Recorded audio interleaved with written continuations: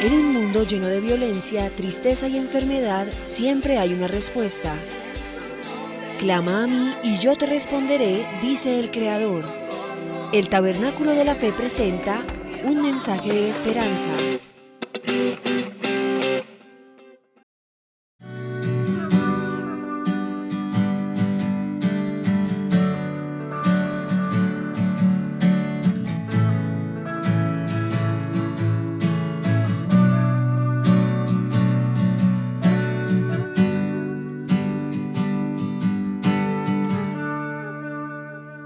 Quisiera adelantarles o decirles que la oración es uno de los temas menos entendidos hoy y menos practicado en la iglesia. De los menos entendidos, menos practicados. Las reuniones menos asistidas son las de la oración. Y no de ahora, no por el COVID. Alguien dice, no, pero es que pastor es el COVID. No, antes del COVID también. Era muy diferente en los tiempos en que conocí al Señor. Cada día que pasa se va olvidando. Inclusive hay pocas canciones sobre la oración. Pocas canciones. Ya les hablaré un poquitico más adelante del tema. Pero lo que quiero decir es que la oración es uno de los misterios más grandes que existe en la tierra, que se refleja, que debe reflejarse en el pueblo de Dios, la oración. Estamos acostumbrados. Si yo les pregunto cuántos de ustedes oran, ¿cuántos de ustedes oran? Todo el mundo ora. Por lo menos cuando va a comer dice, Señor, bendice el alimento. Por lo menos cuando va a dormir, Señor, acompáñeme esta noche. Por lo menos cuando se levanta, si acaso dice, gracias Señor, porque me diste una noche. Gracias, Señor, porque yo me acosté, dormí y despertó porque tú me sostuviste. Muy pocos hemos acostumbrado a hacerlo. Y no es fácil, porque tenemos tantas cosas en qué pensar, que ¿para qué pienso en la oración? Al fin y al cabo Dios sabe lo que va a pasar, que Él se encargue. Yo voy a practicar aquellas cosas que tengo que hacer en este día. Por eso, hermanos, lo digo que lo que sigo descubriendo desde hace tiempo, lo he pensado, pero sigo entendiendo más y más cada día, que la oración es uno, o tal vez el misterio más grande, que nos explicará por qué el Verbo se hizo carne, por qué Jesús se hizo hombre. ¿Qué tiene que ver la oración con que Jesús sea encarnado?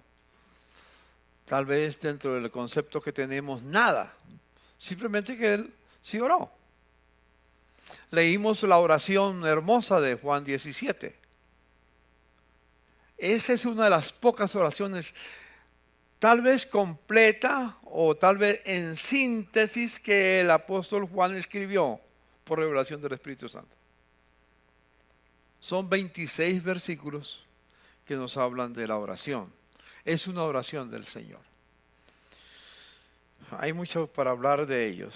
Quisiera decir que todas las religiones monoteístas, prácticamente, que hay 3 religiones monoteístas: el judaísmo, el islamismo, o los musulmanes, y los cristianos. Son religiones monoteístas que creen en un solo Dios. Las demás tienen muchos dioses, pero también practican la oración. Pero de las 3 religiones monoteístas, judíos, musulmanes y cristianos, la oración es fundamental. Y pareciera que los musulmanes se nos adelantaron. ¿Saben cuántas veces al día oran los musulmanes? 5 veces. Y tienen 3 momentos especiales. Los judíos oraban 3 veces al día. Daniel oraba 3 veces al día. No simplemente, Señor, te bendigo por este día. No. Se arrodillaban, se inclinaban y dedicaban tiempo en oración al Señor. Nosotros no lo hacemos. No lo hacemos. Era oración intencional, no ocasional, intencional. Ahí los musulmanes nos la llevan adelante y no tienen la revelación de Dios. Pero entendieron, hay algo en la naturaleza humana que cuando está en dificultades, ¿qué hace? Ora. Algunos han dicho que el hombre es un animal que ora. Pues a los que creen en la evolución, como creen que el hombre viene de los animales, dice que el hombre es un animal que ora. Dicen que alguna vez había un cristiano que lo empezó a perseguir un león. Allá en la selva, él corría huyendo del león, pero el león corría más y se cansó. Entonces el hermano, cuando vio que no podía huir, se postró de rodillas: Señor, líbrame del león. Y el león no lo atacaba. Entonces pensó que se había ido. Cuando miró, el león también estaba arrodillado diciendo: Señor, gracias por ese alimento que me has dado.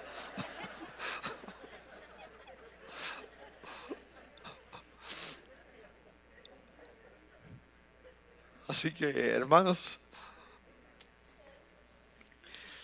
vamos a hablar de la oración. La oración, en una de las fases de la oración, es una acción de gratitud a Dios. Yo leí una historia que no tiene que ver exactamente con la oración, pero que sí, la oración está envuelta detrás. Yo no sé si las personas eran cristianas o no, pero leí la historia hace un tiempo atrás de una joven, una adolescente, que pues quería seguir lo que el mundo le daba, lo que el mundo hacía. Entonces comenzó a usar el piercing en la nariz, en los labios, en el ombligo, como sucede. Y comenzó a subirle la falda arriba de la rodilla, más y más. Y luego pues la música que escuchaba era un poco estridente. Sus padres eran más reservados al respecto. Y cuando el papá vio que ella estaba en esa dirección, dijo: mi hija está en peligro. Y entonces le llamó la atención y ella decía: te odio, no permito que me digas nada, porque usted es un viejo anticuado. Algún momento el padre la reprendió por lo que había llegado tarde. Y entonces ella no quería que le dijera nada, entonces planeó irse de la casa. A un sitio donde, según sus cálculos, sus padres jamás la buscarían. Se fue lejos. Cuando llegó al segundo día a ese lugar, estaba deslumbrada viendo la ciudad bella, hermosa. Ella era más de un pueblo pequeño, tipo campesino. Y veía las luces que la deslumbraron. A veces me parece como sucede con los campesinos nuestros, cuando vienen, que todo el tiempo han estado en el campo, de repente vienen a Bogotá y ven las luces, ven tantas cosas que hay, así, y se deslumbran y no quieren volver a casa. Eso ha pasado con el crecimiento urbano de las ciudades. Viene con un atractivo para los jóvenes. Y no se dan cuenta de lo que hay en la ciudad. Y tal vez nosotros ni siquiera nos hemos dado cuenta de lo que hay en la ciudad. El asunto es que ella estaba feliz, deslumbrada con todo. Un día ella estaba perpleja. De repente pasó un señor en un carro muy bonito, muy especial. Se orilló y le dijo: ¿le puedo ayudar? La vio que estaba buscando y la invitó a almorzar. La llevó y almorzó con él. Y ella le contó que venía huyendo para buscar nueva vida en la ciudad. Y ella le dijo: yo soy tu compañía. No sé si le dijo que Dios lo había enviado o qué, pero por lo menos se ofreció como una respuesta a su aventura. Y ella aceptó. Él le consiguió un apartamento muy hermoso, muy elegante, con todo lo que tenía. Y pues ya saben todo lo que pasó, ya se pueden imaginar todo lo que pasó adelante. Se volvió su amante. Pero no solamente era el amante de ese hombre, sino que comenzó el hombre a traer amigos para que se quedaran con la chica. Pero ella tenía todo y no quería perder lo que tenía. Tenía plata, tenía restaurantes, podía pedir la comida a la casa, tenía collares, tenía oro, tenía todo lo que tal vez una persona anhela en este mundo. Tenía todo, no le faltaba nada. Y esta niña se prostituyó. Pero estaba bajo la dirección de una persona que hoy llamamos que trata de blancas o trata de personas. Hoy se dice trata de personas. Y pues tenía todo, al fin y al cabo, estaba deleitada en la vida que le ofrecía tantos placeres, que en su casa se los negaban y que esos viejos anticuados no quería que ella disfrutara. Pasó un mes, 2 meses, 5 meses, 6 meses, 1 año, 2 años. Muy bien, pero por alguna circunstancia ella empezó a enfermarse. Y entonces ya no tenía las fuerzas por la enfermedad que tenía, tos y tantas cosas. El asunto es que el hombre se aburrió y le echó de la casa. Y ella no tenía dónde ir a vivir. Comenzó a andar por las calles a un lado y a otro. Cuando venía la noche en medio del frío, no tenía dónde abrigarse, no tenía plata, no tenía nada. Salió sin una joya porque el hombre se las quitó todas. Y cuando estaba en esa circunstancia tan lamentable, de noche durmiendo cubierta con periódico y tantas cosas lamentables que tienen los habitantes de la calle, de repente se acordó de su perrito que tenía en la casa. Cuando lo sacaba a pasear al perrito, y de repente pensó, el perro que tengo en la casa está 1000 veces mejor que lo que yo estoy aquí. Un poco como el hijo pródigo. Y entonces pensó, si yo llamo a papá y mamá y les digo que me equivoqué, que me reciban, que me perdonen. Y llamó, pero nadie le contestó. Llamó 1 vez, 2 veces, 3 veces. El teléfono timbraba y nadie le contestaba. La última vez le dejó un mensaje al papá. Papá, he decidido regresar a casa. Espero que me puedan recibir. Llego mañana, le dijo la empresa de transporte terrestre que le iba a llevar. Llego alrededor de las 12 de la noche. Espero que alguien me reciba o por lo menos tomaré un vehículo o caminaré hasta la casa para que me reciban. Tomó su vehículo, el bus, y empezó a viajar. Eran 7 horas de viaje que tenía que cruzar. Cuando ya iba llegando el tiempo, comenzó a pensar, ¿y si mi papá no está en casa? Si mi papá murió, o si mi papá piensa que tal vez yo me morí. No sé, si mi padre no ha oído el mensaje que yo voy, ¿qué va a pasar de mí? Tal vez seguiré en esa aventura sin saber qué va a pasar. El vehículo, el bus, llegó a la estación que tenía para parar. Le dijo, hay 15 minutos. Ella pensaba, si no hay nadie, pues yo sigo en el bus hasta donde me lleven, a otra ciudad me lleven de alguna manera. 15 minutos. 15 minutos para decir lo que iba a pasar. Entró el vehículo, se estacionó. Y cuando entró, tremenda sorpresa, vio una cantidad de gente que estaba ya esperando. Reconoció que eran sus hermanos, reconoció que eran sus tíos, reconoció que eran las abuelas, reconoció que era la familia que estaba esperándola. Y un letrero que decía, bienvenida a casa.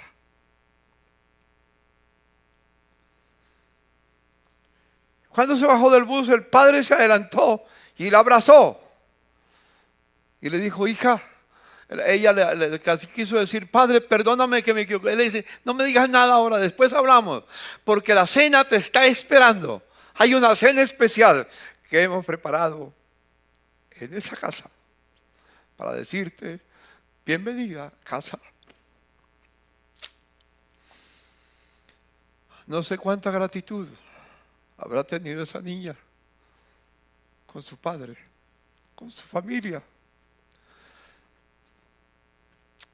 que no la censuraron, sino que le dieron la bienvenida. No porque se haya portado bien, pero permítanme usar la palabra, por gracia, la recibían en casa. Cuando leí esa historia, me hizo acordar de Apocalipsis. Hay un pasaje en Apocalipsis hermoso, que tal vez ustedes, yo no lo entendía exactamente.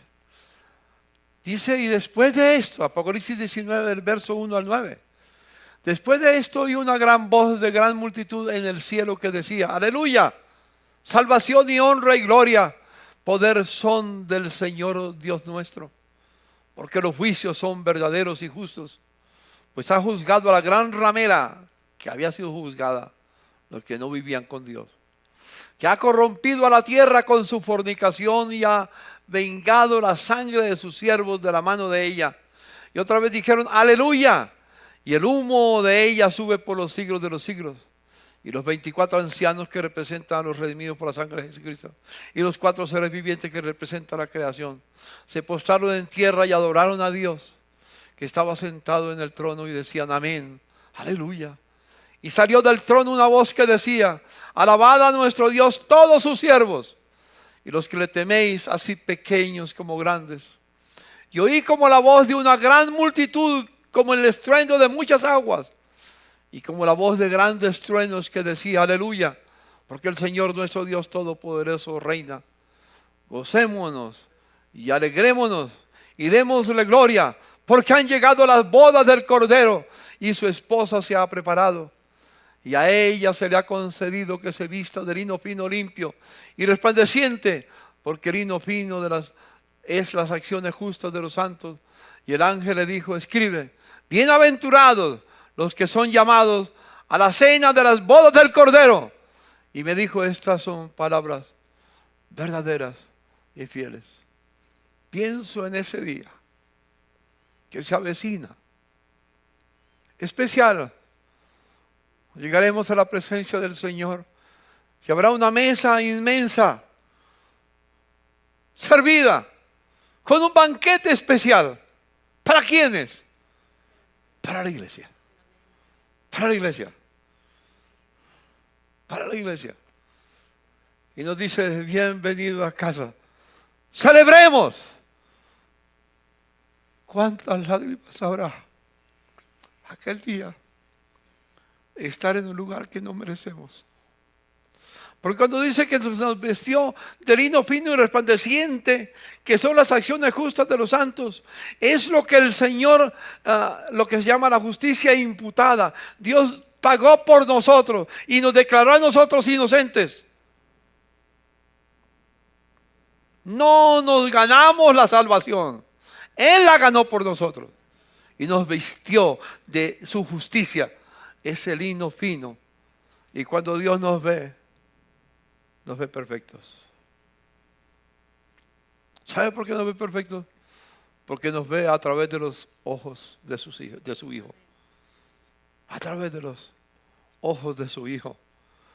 Su Hijo que es santo. Cuando Él me ve a mí, no me ve a mí, ve a Jesús.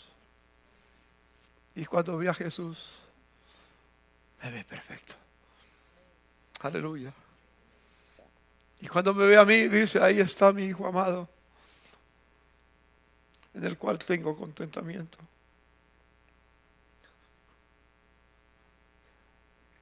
Todo el amor de Dios es un misterio.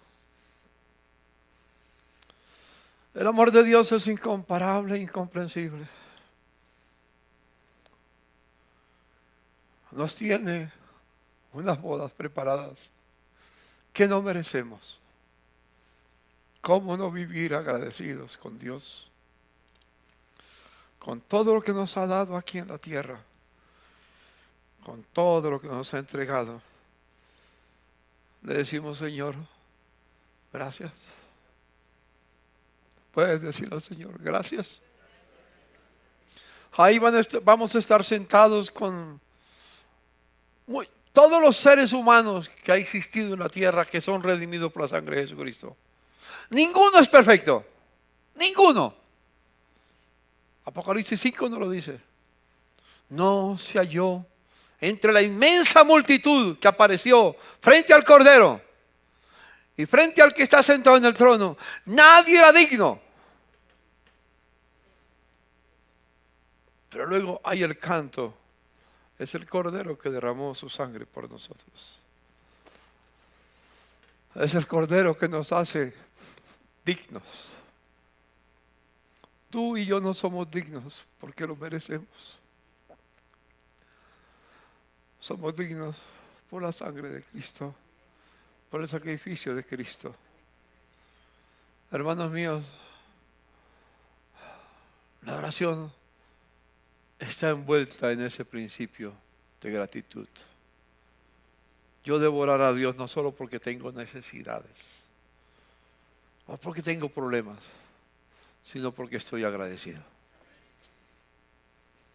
Dile a tu hermano, yo debo orar a Dios, no solo en las dificultades, sino porque vivo agradecido con el Señor. No hay nada que nos descalifique para recibir el amor de Dios. Ahí va a estar Abraham, Jacob, David. Y uno puede seguir pensando todos.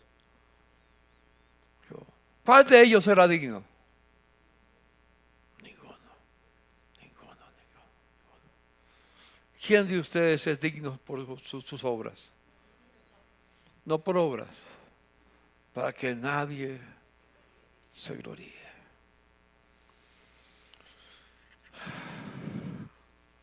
La oración es una manera de disfrutar del amor de Dios. Entendámoslo, hermano. La oración es un diálogo entre el hombre y Dios.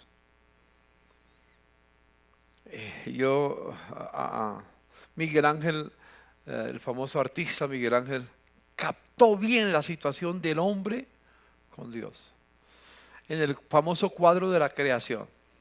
¿Lo han visto? ¿Se han detenido a verlo? Cuando Dios extiende su mano y hace el esfuerzo para extender la mano, Adán está allá.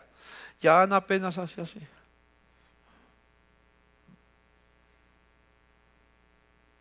Esa es una expresión que Miguel Ángel nos pinta en su cuadro diciendo lo desagradecido que somos nosotros. Dios hace el esfuerzo por acercarse a nosotros, pero a nosotros no nos interesa. Si Él quiere que nos toque, que Dios nos ayude a entender el poder de la gratitud, la necesidad de la gratitud, y que podamos acercarnos en diálogo con Dios todos los días. Al estudiar las Sagradas Escrituras, puedo percibir en lo que llamamos el mandato cultural, Génesis 1 y 2, principalmente. El 3 es el paso de transición a la muerte. 1 y 2. ¿Sabe qué hacía Dios todos los días con Adán y Eva? ¿Cuánto tiempo estuvieron Adán y Eva en el jardín del Edén? No tengo ni idea. Nadie sabe. Todos los días Dios venía y se paseaba por el jardín para hablar con Adán y con Eva. Porque el hombre fue creado para mantener diálogo con Dios, comunión con Dios. Por eso es que entendemos algunos pasajes difíciles a veces de entender con nuestra mentalidad. Orad sin cesar. ¿Se acuerdan qué dice la Biblia? Tengan comunión con Dios sin cesar, permanentemente. Dios venía todos los días y se paseaba en el jardín del Edén para tener comunión con el hombre. Creo que tengo por aquí, no sé.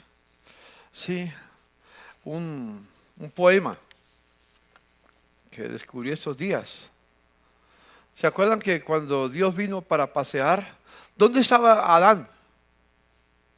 ¿Se acuerdan? Después de que comió del árbol, después de que hizo lo que no debía de hacer, ¿dónde estaba? Se escondió. Hay un poema que dice: por un bello paraíso sin abrojos ni dolor, caminaban Adán y Eva, muy tranquilos sin temor. Como el rey y su reina, señorean en unión, todo bajo su dominio, sin ninguna preocupación. Mirándose a los ojos sin codicia ni rencor, unen sus voces en un canto, en un baño de esplendor, en un huerto de colores con absoluto control. Juegan los animalitos bajo el resplandor del sol. Rey y reina sin vestido, sin temor y sin pesar, agarrados de las manos, van riendo al caminar. En las tardes de reposo, Dios desciende a llamar: ven Adán, ven Eva, venid a conversar. Adán la toma de la mano y corren juntos sin tardar, pues les encanta estar ahí y con Dios poder hablar. Mas un día tenebroso, Satanás allí llegó. Con ambición perversa a los reyes engañó. La distancia aparece, ha cambiado lo de ayer. A lo largo se critican y se culpan sin querer.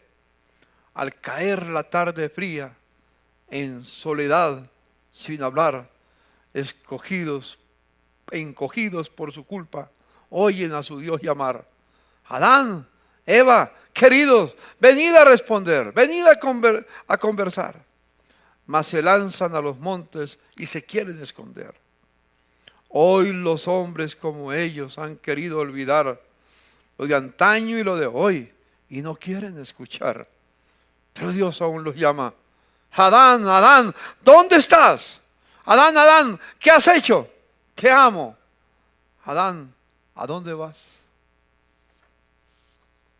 Todavía Dios se pasea por esa tierra para llamarnos cada mañana, cada instante, porque quiere dialogar contigo.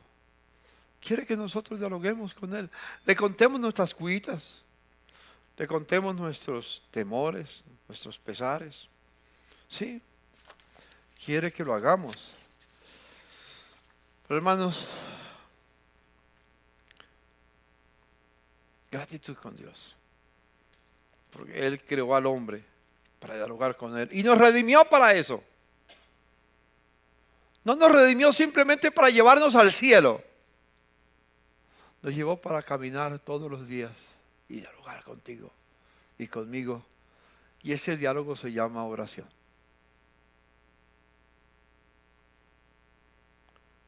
En Jeremías 29 hay un pasaje hermosísimo. Dice: porque yo sé los pensamientos que tengo acerca de vosotros, dice Jehová, pensamientos de paz y no de mal, para daros el fin que esperáis. Entonces me invocaréis y vendréis y oraréis a mí. ¿Y qué dice? Y yo os oiré y me buscaréis y me hallaréis, porque buscaréis de todo vuestro corazón. Y seré hallado por vosotros, dice Jehová, y haré volver vuestra cautividad, y os reuniré de todas las naciones y de todos los lugares a donde os arrojé, dice Jehová, y os haré volver al lugar de donde os hice llevar. Volveremos a donde? A la casa. El hijo pródigo fue lo que experimentó. Regresó a casa, ¿y quién lo esperaba? El padre. ¿Y qué hizo el padre? Lo censuró. ¿Se había portado el pródigo bien? Para nada. Pero el padre lo abrazó, lo vistió, le puso calzado nuevo, lo llevó a la sastrería de Giovanni, a la sala de moda de Giovanni, y le puso el mejor vestido. puso calzado, le puso anillo, mandó matar el becerro gordo, y dijo, comamos y hagamos fiesta, porque mi hijo muerto era, y ha revivido, se había perdido y ha sido hallado. Amén. Eso pasó contigo cuando te entregaste a Jesucristo. Hicieron fiesta. ¿Y cuál ha sido la actitud nuestra? Tal vez por un tiempo tuvimos el primer amor, pero al pasar el tiempo, el primer amor comenzó a decrecer y esa relación de amor se volvió en religión.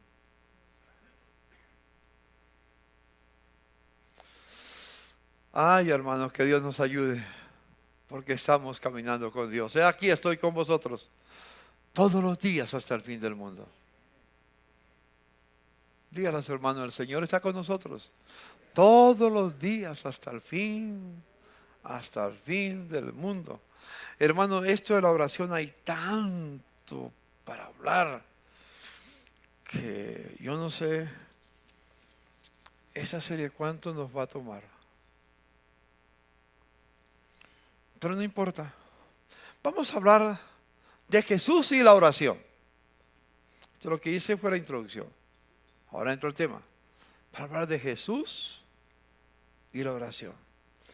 La Biblia nos habla muy poco en la vida de Jesús. Nos dice que él crecía, por ejemplo, después de que regresó. Lo único que nos menciona, muy pocas frases, pero en Lucas 2:52 dice, y Jesús crecía, él regresó a la casa con sus padres cuando estaba en el templo, que sus padres lo buscaban y que no lo encontraba. Y él dijo, ¿por qué me buscáis si sabías que en el negocio de mi padre me conviene estar? Jesús crecía en sabiduría y en estatura. Crecía en 4 cosas: sabiduría, estatura, gracia para con Dios y para con los hombres. Es todo el resumen que hace desde los 12 años hasta los 30 años. Era crecer, crecer, crecer, crecer en sabiduría. Creo que crecía en la sabiduría porque empezó a conocer la palabra. Se educó en las sinagogas. Y en las sinagogas, ¿qué era lo único que leían? La palabra, no más.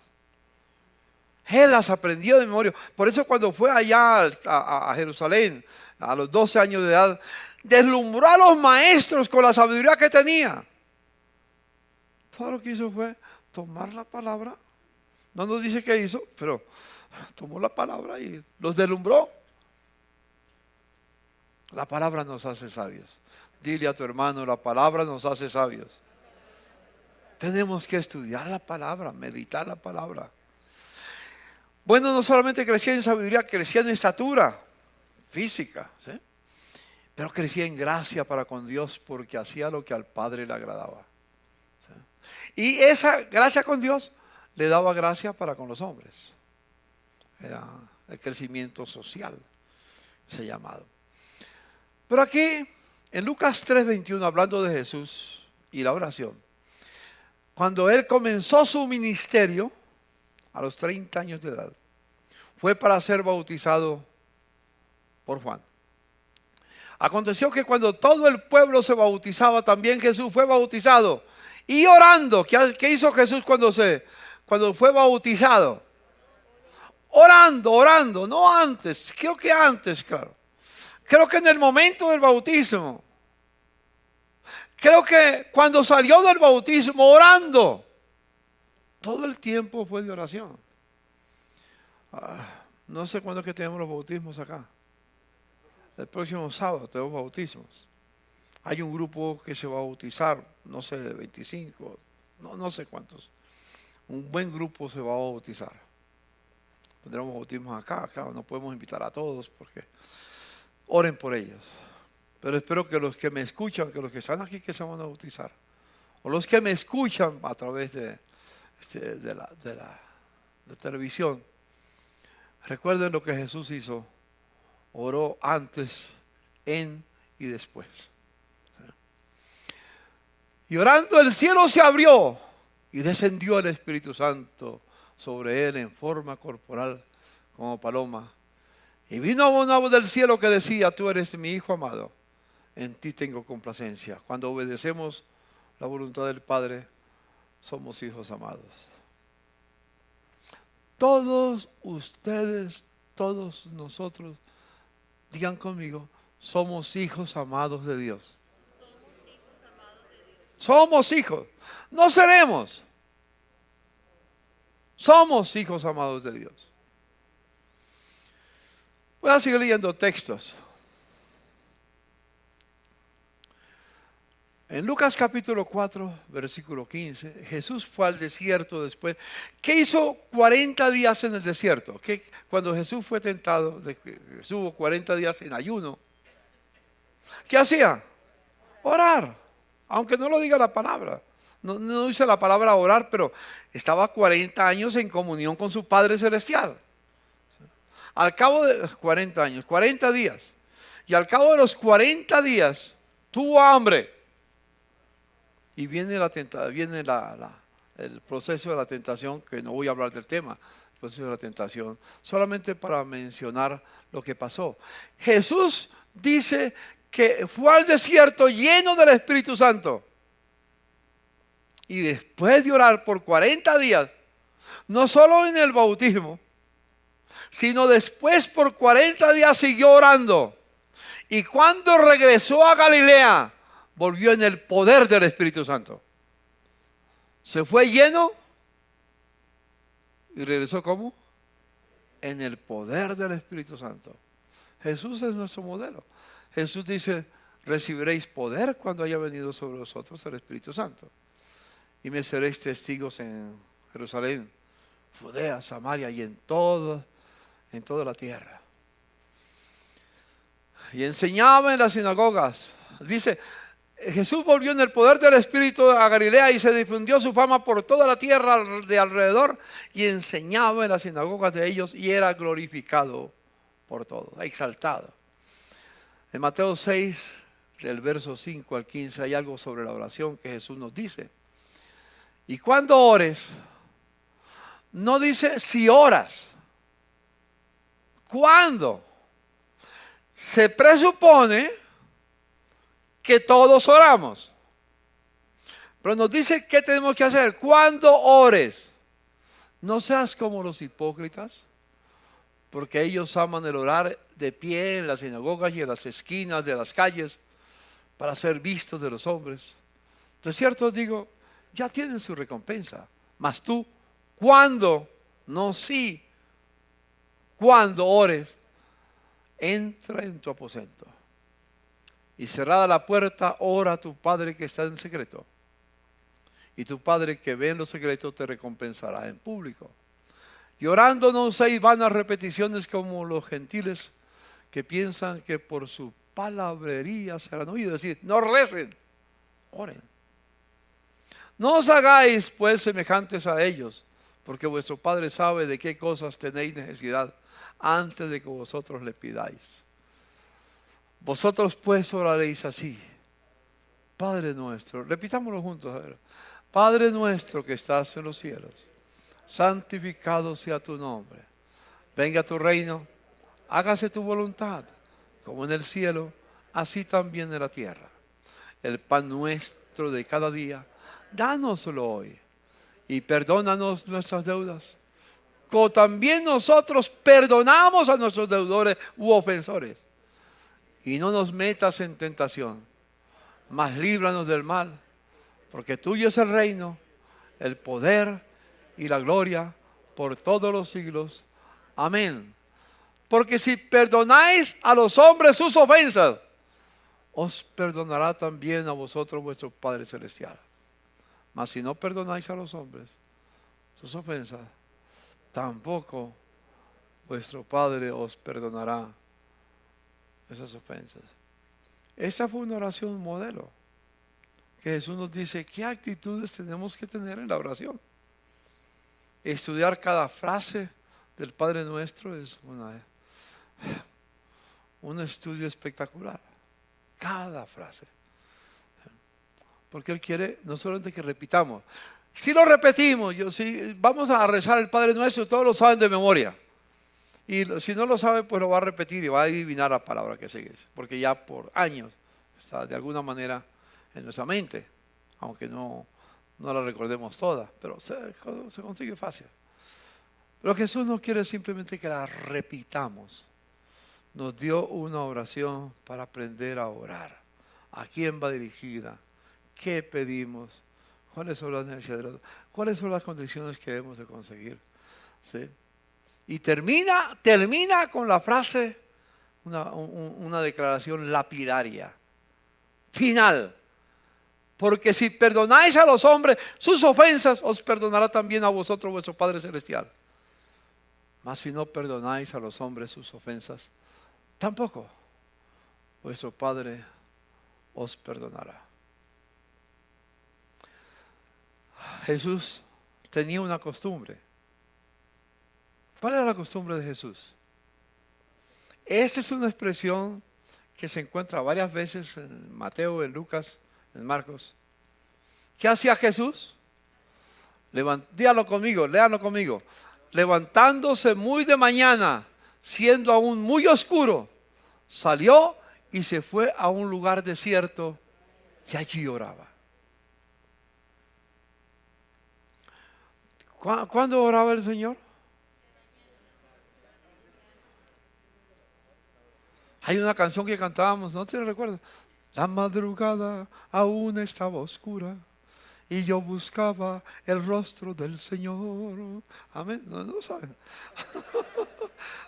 La madrugada estaba aún oscura y yo buscaba el rostro del Señor. Yo aprendí a madrugar, no por la oración, por otra cosa, pero después de que me convertí ya en la otra trinchera, me levanto para buscar al Señor. Eso no me hace perfecto, pero me lleva a una comunión con Dios. Algunos de ustedes reciben mis mensajes a veces a las 2 de la mañana. Sí. A veces me adelanto y les envío el devocional antes. A los que tengo su número, los que no tengo pues no le puedo enviar. Pero muy temprano. ¿A qué me levanto? A tener mi comunión con el Señor. Todos los días. Hoy me levanté a las 2 de la mañana. Después, a las 4:30, reposé otros minutos. Me levanté temprano y me vine. Así que solamente descansé unos minutos. Hermanos, Jesús se levantó. Aprendo de Jesús. ¿Sabe qué dice la Escritura? Allá en el desierto, cuando Israel salió de Egipto, cruzaron el Mar Rojo. Pidieron comida. En el desierto no había comida. Y les llegaba, ¿qué les llegaba? Maná del cielo. Que era como, las codornices vienen después. Pero el maná del cielo, quiero hablar del maná, lo de las codornices tiene otra aplicación. Pero era verdad, la verdad. El maná del cielo era como nieve, como copos de hielo, pero alimentaban, nutrían, algo similar. Era el maná del cielo. ¿Sabe qué tenían que hacer para que poder comerlo? Si esperaban hasta las 7 de la mañana, el sol salía y se derretía. Se quedaban sin comer.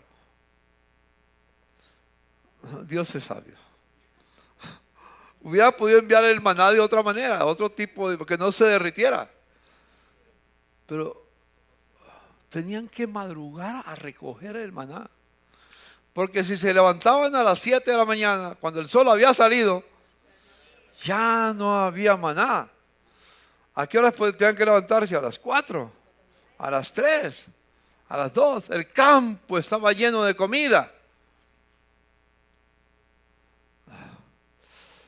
Hermanos, ¿cuántos de nosotros nos nutrimos a las 3 de la mañana? Jesús acostumbraba a orar, a comer el maná divino muy temprano en la mañana. Amén. Estoy haciendo la introducción y ya se me acabó el tiempo.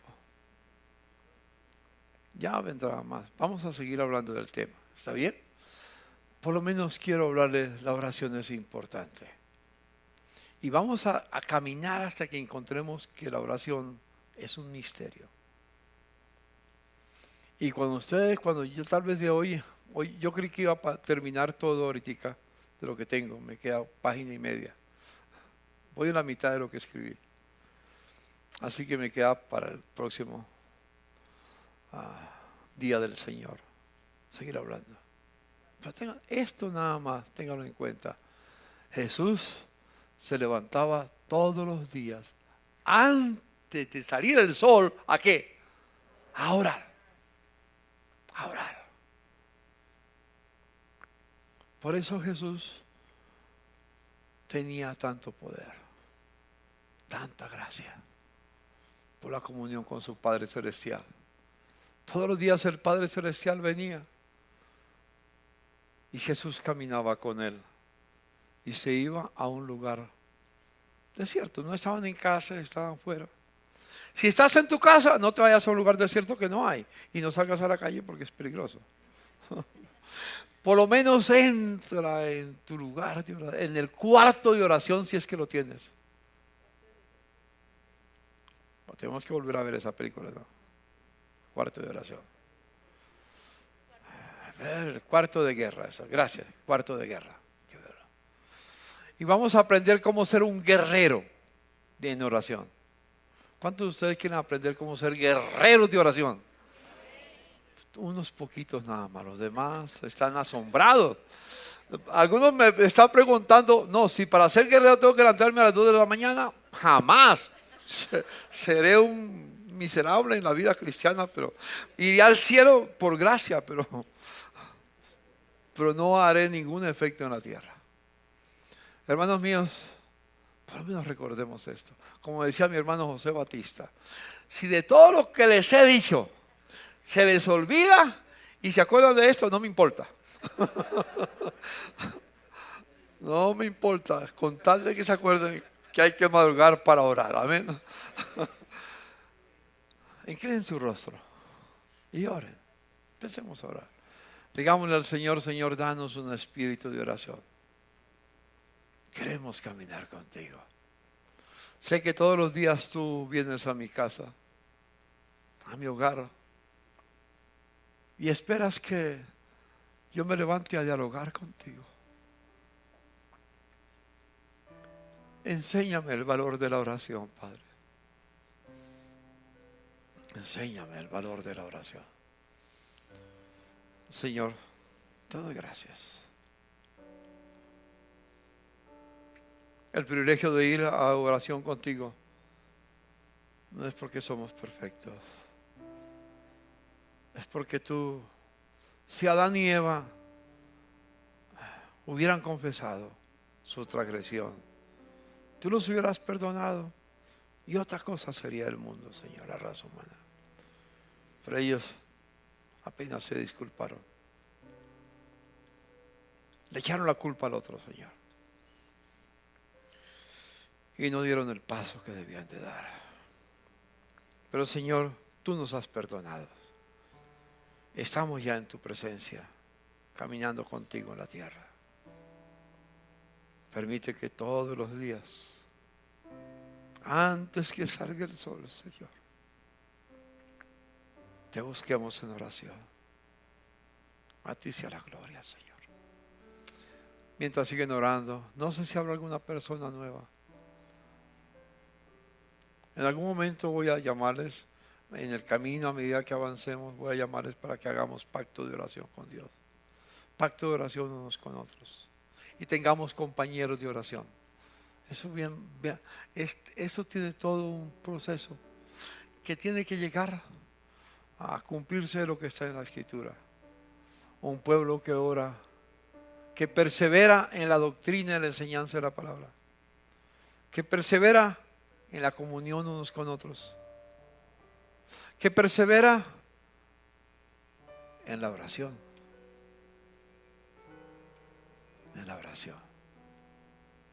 Que Dios nos ayude. En su nombre, Señor.